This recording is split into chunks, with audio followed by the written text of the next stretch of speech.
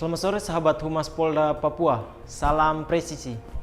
Saya Bribda Nun Lehu akan menyajikan berbagai informasi yang terjadi di wilayah hukum jajaran Polda Papua dan telah dirangkum tim Cendrawasih Live Polda Papua.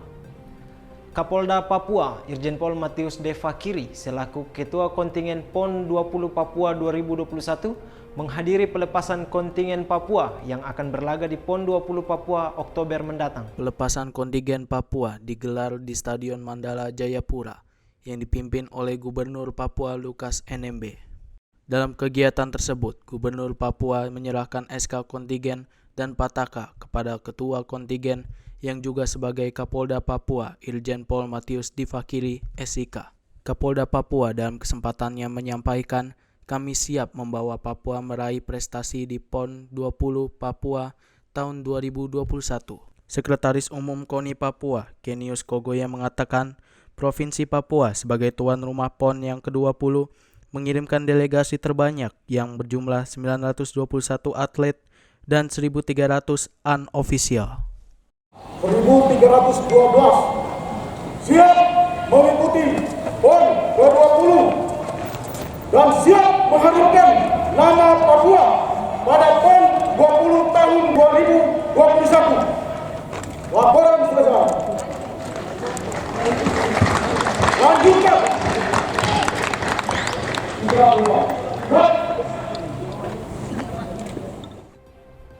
Kapolda Papua Irjen Pol Matius D. Fakiri, SIK, menghadiri pelaksanaan penandatanganan perjanjian kerjasama antara Kepolisian Daerah Papua dengan Perhimpunan Advokat Indonesia atau PERADI Provinsi Papua.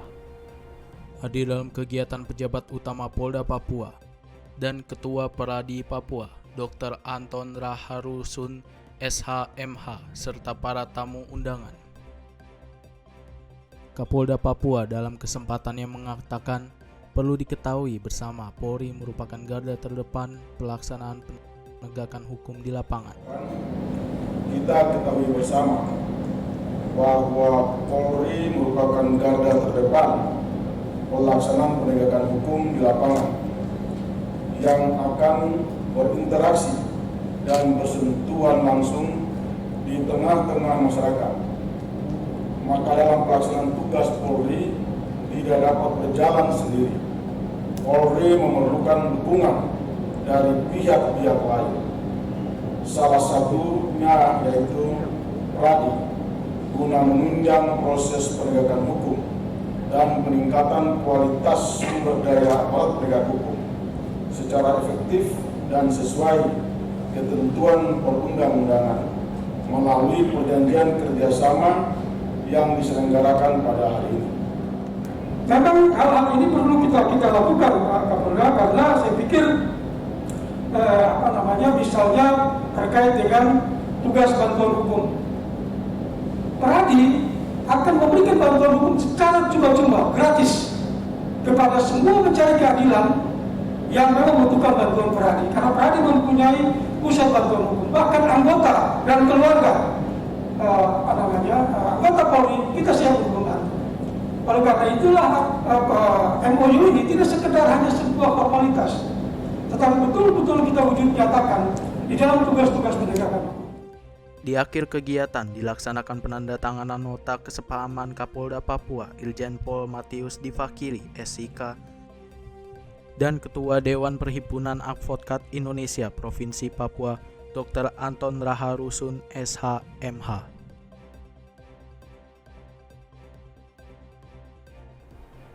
Wakapolda Papua hadiri kegiatan Focus Group Discussion atau FGD dengan tema eksistensi pendekatan Binmas Noken Polri dalam dinamika masyarakat Papua, sekaligus melaksanakan bedah buku berjudul Jejak Cinta di Papua. Dalam kesempatannya, Wakapolda Papua mengatakan penerbitan buku sebenarnya eksekutor oleh Ibu Christine Sama, dan saya sebenarnya hanya pelaku dari Binmas Noken tersebut dalam buku itu. Kita dibawa mengingat pengalaman selama berdinas, di mana perjalanan Binmas Noken sudah diikuti Ibu Christine sejak dibuat oleh Bapak Tito Karnavian, dan proyek ini dari operasi terpusat dan di sini hanya sebagai sasaran, dan sekarang operasi ini sudah penuh dikendalikan oleh Bapak Kapolda. Wakapolda Papua berharap mudah-mudahan buku berikutnya akan lebih dapat banyak dibaca orang, di mana Binmas Noken sekarang berkembang dengan adanya program-program seperti Papeda, Pemuda-Pemudi Cendekia, Koteka, Komunikasi Tokoh Elit Kamtibmas, Tifa, PK Peduli Kamtibmas, Matoa, Milenial Torang Bisa, di mana program itu bekerja sama dengan semua satker yang ada. Bapak Ibu sekalian yang saya hormati, saya muliakan, perjalanan Binmas Noken diikuti oleh Mbak Christine sejak awal dibentuknya Binmas Noken secara resmi oleh Bapak Kapolri Pak Tito saat itu.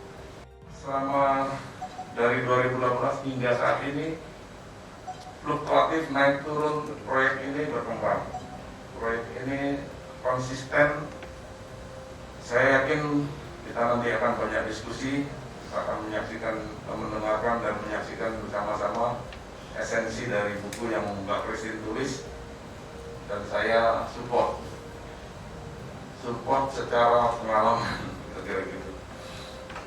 Sekali lagi terima kasih atas dukungan, atas kerjasama, atas bimbingan kepada semua pihak, terutama di forum ini Civitas Academy. Ternyata apa yang kami laksanakan, apa yang kami jalankan ini didukung secara konseptual dan didukung secara akademik.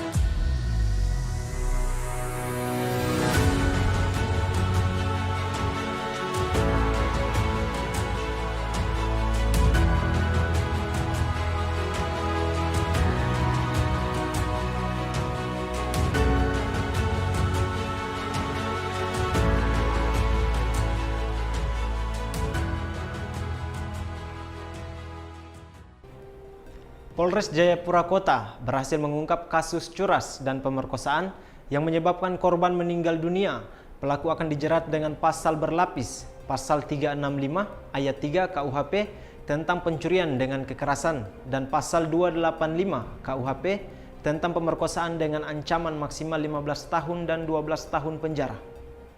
Pelaku JI alias Ongko ditangkap saat melarikan diri di wilayah Arso Swarkarsa, Kabupaten Kerom pada Jumat 30 Juli. Pelaku ditangkap hanya berselang 3 hari pasca pelaku melakukan aksi curas dan pemerkosaan. Pelaku dihadiahi timah panas petugas saat melakukan penangkapan akibat melawan petugas. Kapolresta Jayapura Kota Kombes Pol Gustaf Urbina saat rilis Rabu kemarin mengatakan saat ini pelaku sudah ditetapkan sebagai tersangka dan mengakui perbuatannya dalam kasus curas dan pemerkosaan yang menyebabkan korban SE meninggal dunia. Pelaku JI alias Ongko ditangkap oleh tim gabungan Charlie dan Delta Polresta Jayapura Kota bersama Opsnal Polsek Jayapura Selatan di Arso Swarkarsa, Kabupaten Kerom selang 3 hari setelah menjual barang yang telah dicuri dari korban. Dari tangan pelaku, petugas berhasil mengamankan 2 cincin emas, 1 kalung, serta 2 buah handphone milik korban. Diketahui JI alias Ongko melakukan tindak pidana pencurian dengan kekerasan dan pemerkosaan terhadap korban atas nama Sinto yang merupakan warga Hamadi hingga meninggal dunia di rumah korban pada 27 Juli 2021. Kapolresta menjelaskan kejadian berawal dari modus pengintaian rumah korban hingga pelaku melakukan aksinya, yaitu pemerkosaan dan kekerasan. Saat melakukan aksinya, pelaku dipengaruhi minuman keras.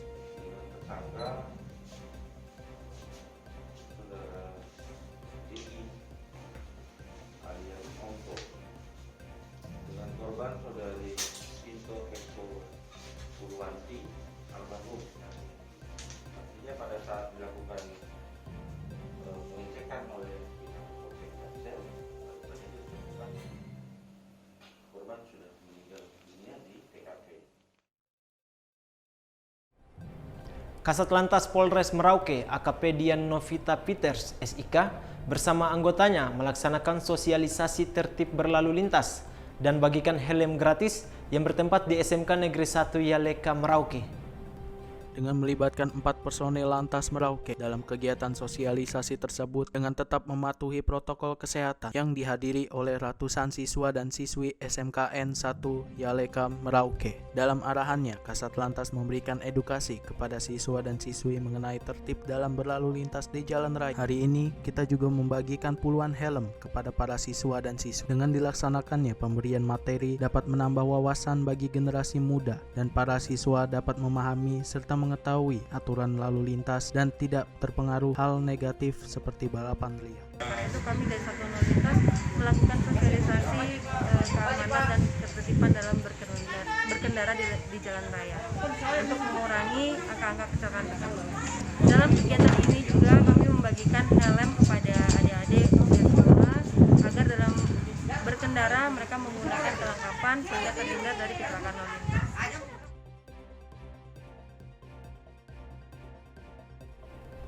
Demikian sahabat Humas Polda Papua, informasi tadi sekaligus mengakhiri live streaming Cendrawasih Live Polda Papua.